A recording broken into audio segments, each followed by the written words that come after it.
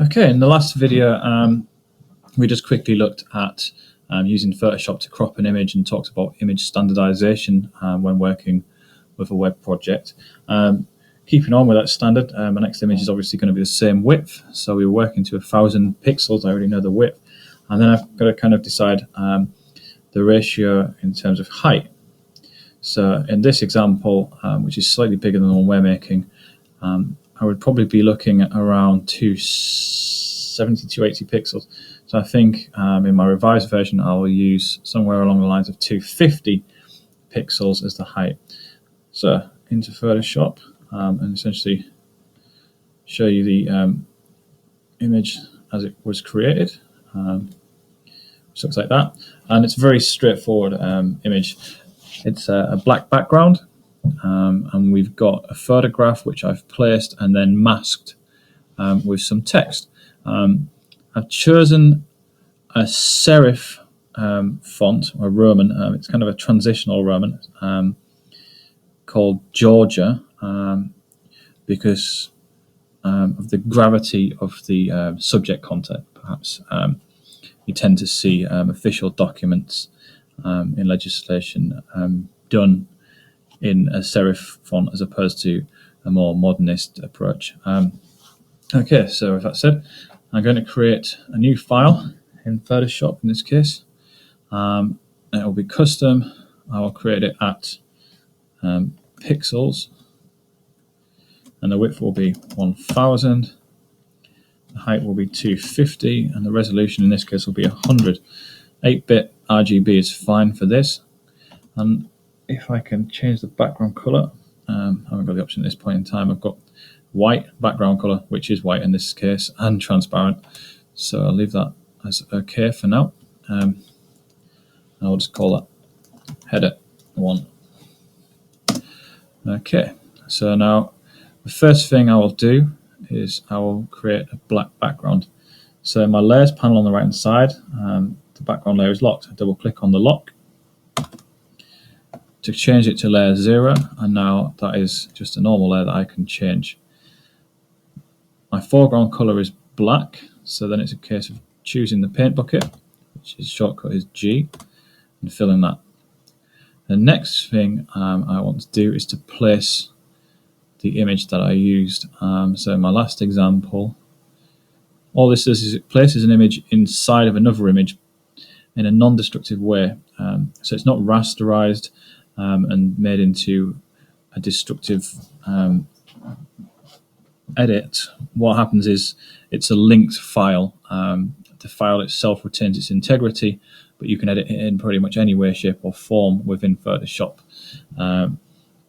So I'll place an image.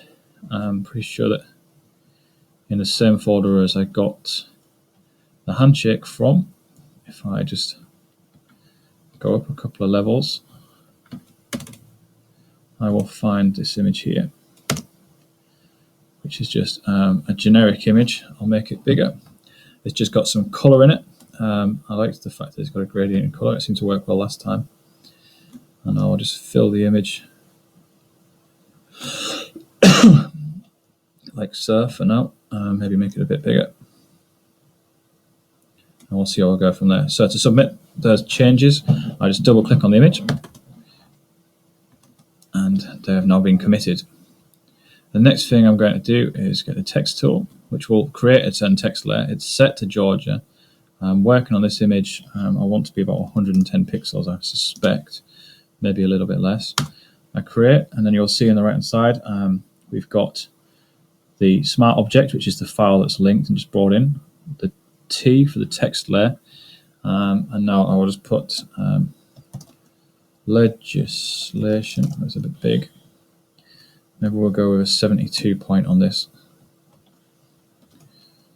Yeah, that's a little bit closer to it. Legislation and ethics in interactive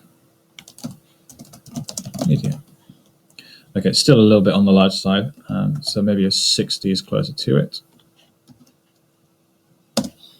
And then hovering outside of the text, I can move it around, okay, like so. and then we'll just commit those changes and we'll start to get it positioned in a minute. Okay, so what I can do is I can select the outline of that text by hovering over the thumbnail for the layer. In this case, there's no thumbnail, it's just a little T. Hold Control, then left click, and you'll notice the lines around the text to suggest that it's been selected. And then, selecting the layer below, which has got the photograph, I go to the bottom of the Layers panel and I click on the Add Layer Mask thumbnail. And there we go. It has added the layer mask, but only to the outline. Let's have a quick look at that.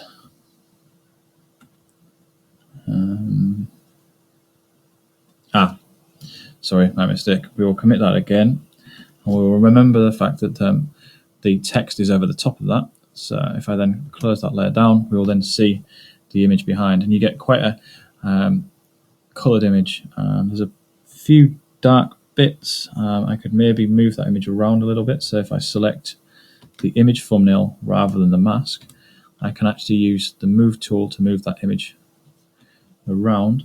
Just unlink them. You'll see the image moving around in the background until I get something that's a bit more colourful. There we go, the darker bits have essentially disappeared. And now it's a much higher contrast. It's pretty much centered. I can link that back together, and I no longer require the text layer above, so I can delete that. Well, you could maybe keep it if you wanted to redo this, but for this example I'm going to be working with a flattened image, and it should be it pretty much.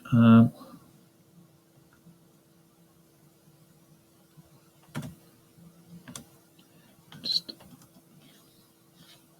nudge it up with the arrow cursors. It's pretty central. That'll do for now. I could use the arrange tools to make it perfect. So then I'm going to save that out. Can use save as or save for web. As I'm just going to be saving this as a JPEG at this point in time. I'll go into my root folder, into my images folder, change that to a JPEG again.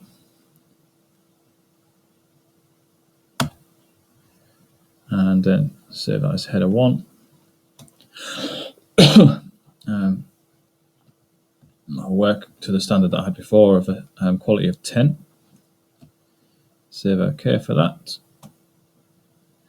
And now if I go back to Dreamweaver, I should be able to see on refresh, header 1 appears. I can drag that in. Okay, and there we go. You can see the image as it will appear in the website. And that's where we'll leave this video.